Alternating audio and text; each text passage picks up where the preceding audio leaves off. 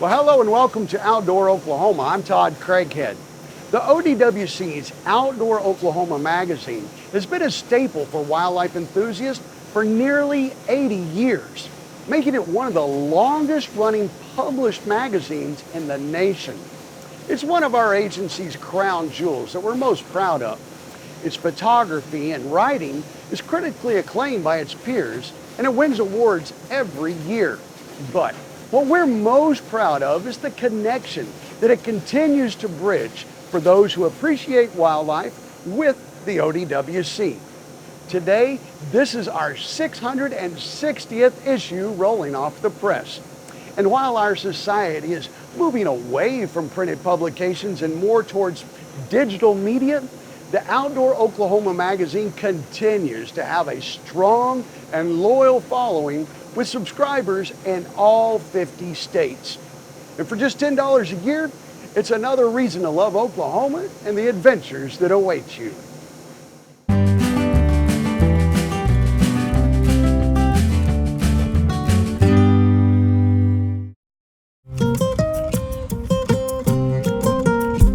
So, Brenda, I was reading in your book, it's all about Oklahoma's dragonflies and damselflies, and we're actually at some place mentioned in your book. So where are we? We're at Cavanal Lake, the first place where E.B. Williamson collected dragonflies in 1907, just before statehood. Yeah, he apparently came from Texas, and for some reason he jumped off the train in Worcester for a few days, and then I assume he came up the rail line through here, which is where we are. And the lake itself was attached to the rail line, right? Yeah, that's my understanding. We learned today that the lake actually was used for the water for the steam engines coming through. Wow. All right, Brenda, so it looks like we might have a few dragonflies right here on the edge of the water. Do you have any guesses of what they might be?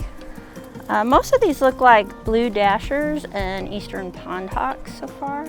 Okay, so a blue dasher, can you give me kind of a guess of what that might look like? Like key features to hone in on? Got a blue abdomen with a little black tip towards the end and real stripy thorax, kind of tiger stripes. And they're fairly common, like I could see these across most of Oklahoma.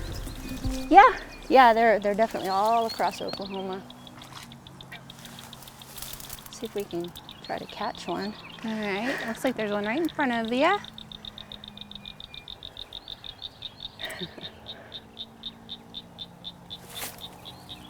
All right, you got it. So this is gonna be the blue dasher, right? Yep, the blue dasher.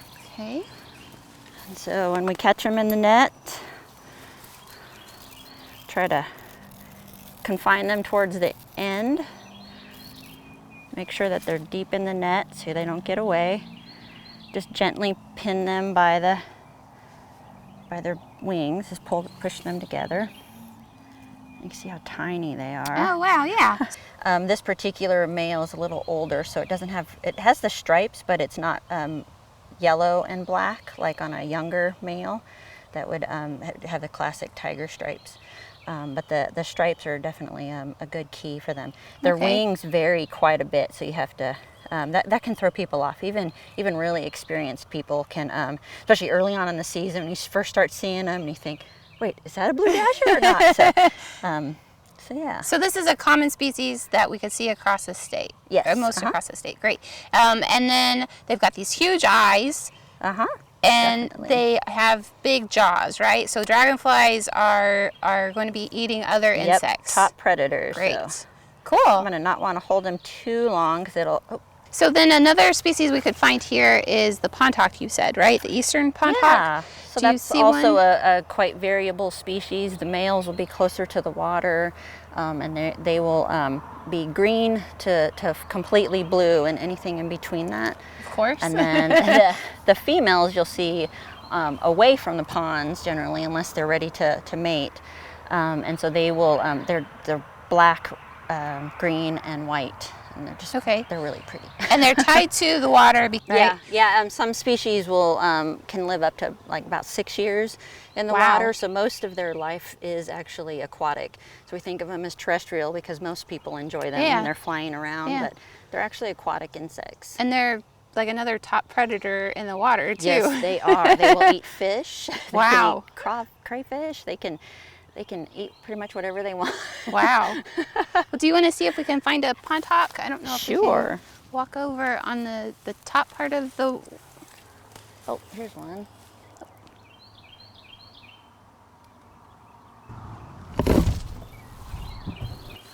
Got a 100% success rate. Oh, you see how he didn't get all the way down, so try to shake him down a little bit. Do the same thing, just pinch the net. Okay, so just gently pinch him again. This is actually my favorite stage for development of the males because it's still green, like when they're juveniles. Okay. But then they start getting this blue. So when they're full adults, the males will be completely blue. Oh, okay. And so this, I've always just liked this green and this blue. Yeah, that's a really great contrast. It's really pretty. Yeah. So this is an eastern pond hawk male. Yes. And that's another common species that we can find across the state, or most across. If he'll kind of readjust that's himself. what I try to do. Yeah. Let him sit there. I mean, it's got to be traumatic to have this big human come and boom. So, but usually they fly away really quickly, and then you know that they're doing okay. Sometimes you have to just set them on a branch or something. Okay. But, like this is a perfect size lake. Just start watching in the summer. There'll just be a lot of dragonflies that are much easier to identify, and then you start feeling more comfortable with identification. And you can just wait for them to kind of perch and get a good look at all their characteristics and colors and where those colors are. So how many could somebody expect to find in Oklahoma? How many have you guys documented in Oklahoma?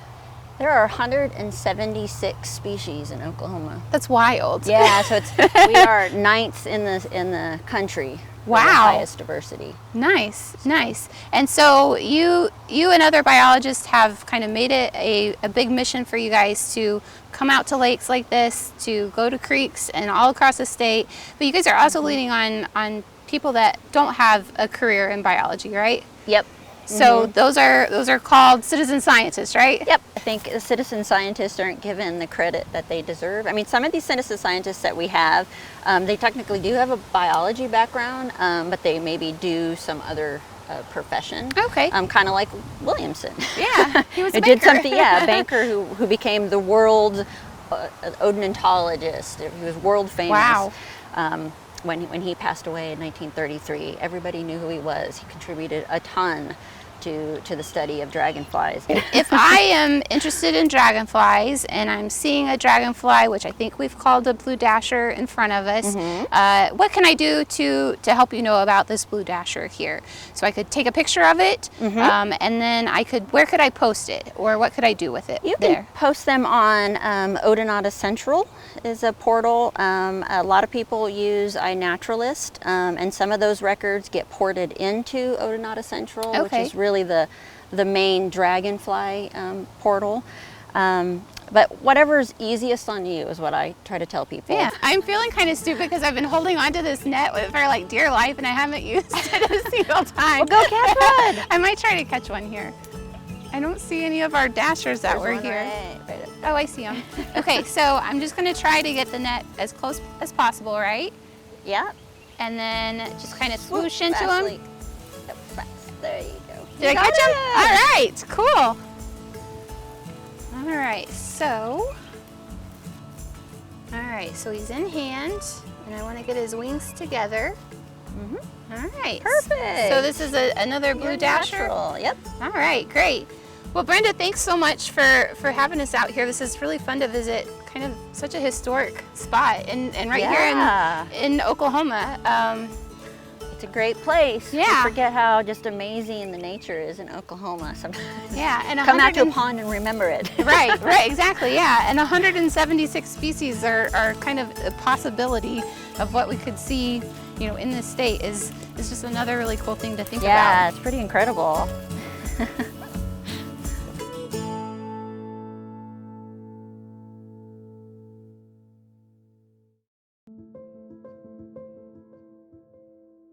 We're at a city park here in Talequah, Oklahoma, and we're going to do a little micro fishing here. There's quite a few really attractive species in this body of water.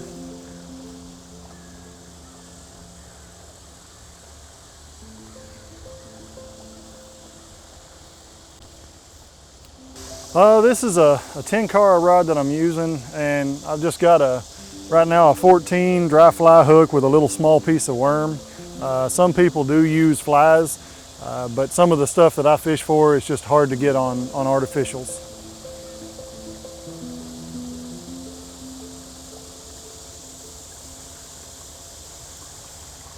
What we've got here is a cardinal shiner. It's out of breeding coloration, so you don't see the typical reds that you normally see on them in photos and stuff. But this is a local endemic, and it's really only found in a few streams in the Ozark streams in northeastern Oklahoma. It has a couple other species in other watersheds that are very closely related.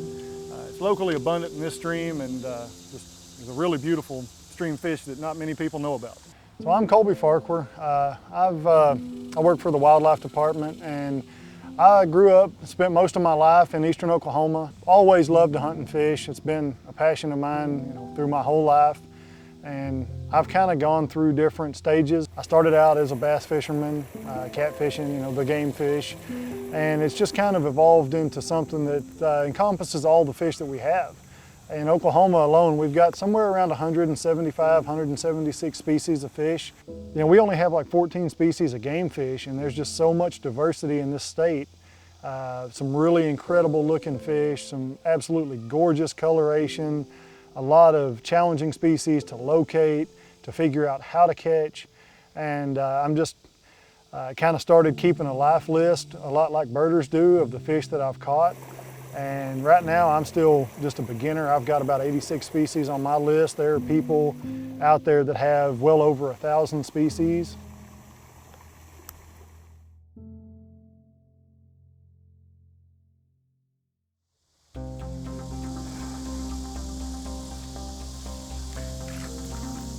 All right, so what I've got here, this is a juvenile bluegill. They're a pretty ubiquitous species. They're pretty voracious eaters. And I mean, you can find these things literally statewide. They're fun to catch. Most of us probably started out fishing with catching a bluegill.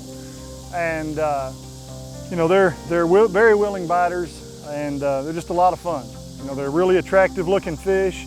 And I think as most anglers, myself included, grow as anglers, we tend to forget about the small things and the things that we started on, but these guys are fun at any size, and you can find them just about anywhere.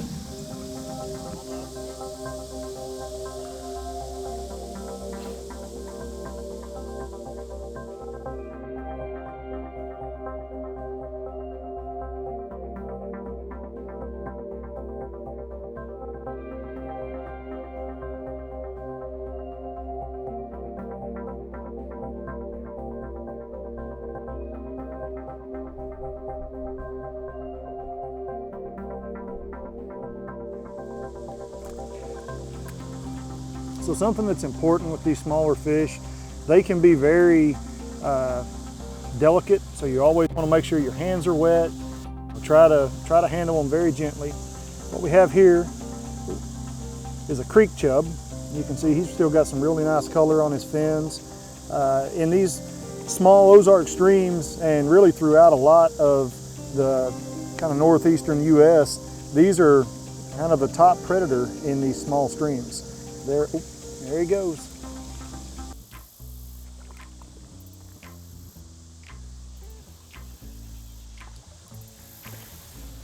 All right, so what we've got here is another species that you see a lot of in these kind of Ozark streams. This is a slender mad tom, and it's a type of catfish, and they really don't get a whole lot bigger than this, maybe another inch, inch and a half, and that's a pretty good size.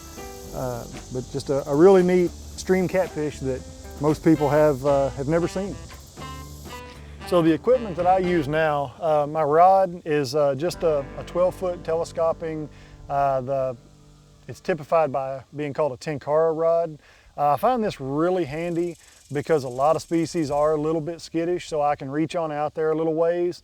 But if I'm fishing for something up close, I can slide the telescoping sections in and can fish practically right under my feet. So I find this to be very useful, and these things can be found online for, you know, $10, $15 for a cheaper one, and you know, it's easy to carry everywhere. I've carried this one on planes with me to multiple states at this point.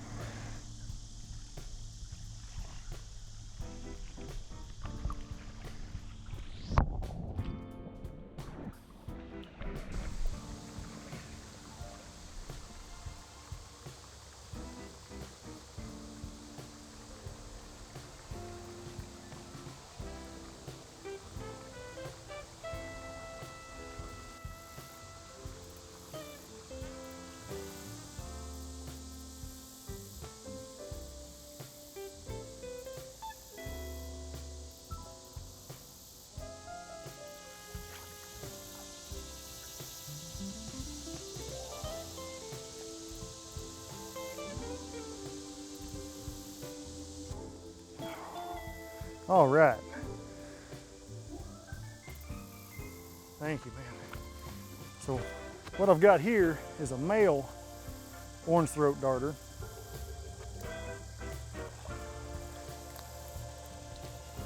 And as you'll be able to see, they're just incredibly colorful, even this time of year when he's out of breeding season. But you can see the blue and the orange banding that he has on his body.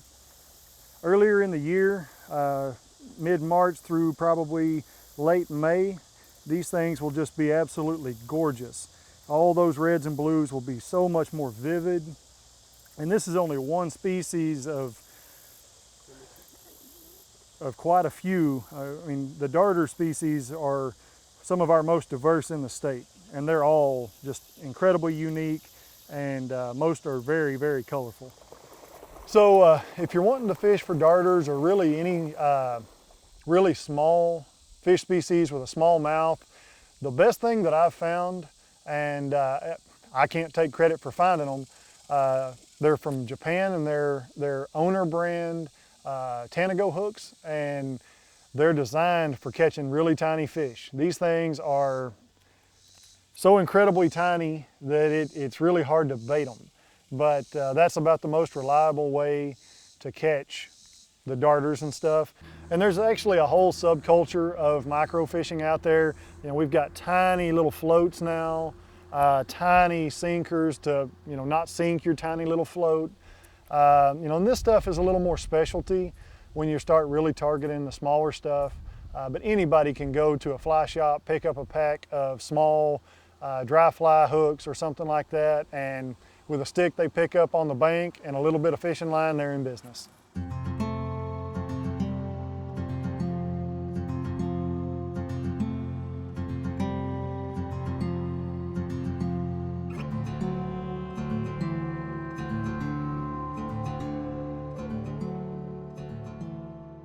We're very lucky to have some extremely pristine waters left in this state, and I'm very lucky in eastern Oklahoma to have access to things like the Illinois River here, or the, you know, many of the streams around here, Barren Fork Creek, Cavanal Creek. We've got some really nice quality streams, and you know, when I'm out in these areas, a lot of times I may feel like I'm the only person around, and then I'll stumble up on, you know, Walmart sacks and clothing and everything, beer cans, and it just really breaks my heart to see the littering that takes place in some of these areas. You know, if we can just pick up a little bit of trash and not throw some out, you know, we'll keep these areas beautiful and pristine for years to come, for our children, for our grandchildren, because ultimately that's what this is all about.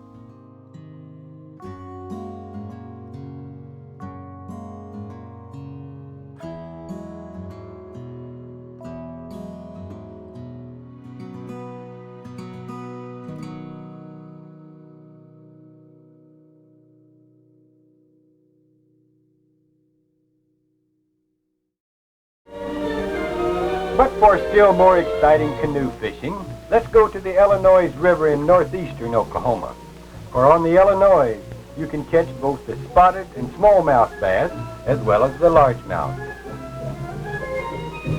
Furthermore, the Illinois River is considered by many as the most beautiful clearwater fishing stream in Oklahoma. It originates in the hills of Arkansas, enters Oklahoma near the town of Watts, and winds its way across several counties.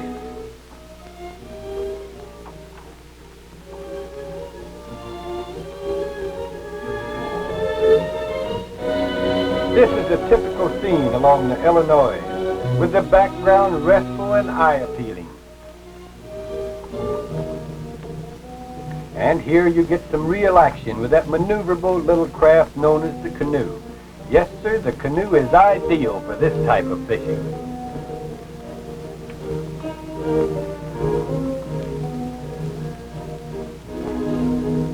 And if you're lucky, it doesn't take long to get a strike.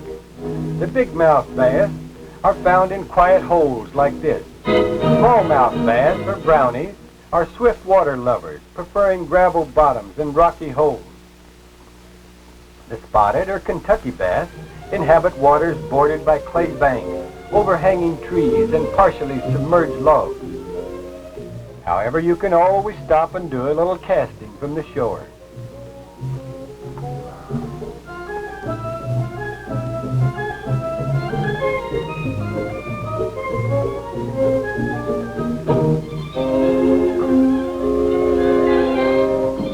Canoe trips may be 1, 2, or 3 days. 3-day trips from the Arkansas line to Talequah are the most popular, but longer trips can extend as far downstream as 10 Killer. And all along the way, they offer unrivaled scenic beauty as well as good fishing. Yes, sir, bass fishing from a canoe is a lot of fun, whether you do it on a farm lake or on a river like the Illinois. But just remember, if you're going fishing in a canoe, you had first better learn how to handle that tricky little boat. Only experts can do it as easily as these fellows.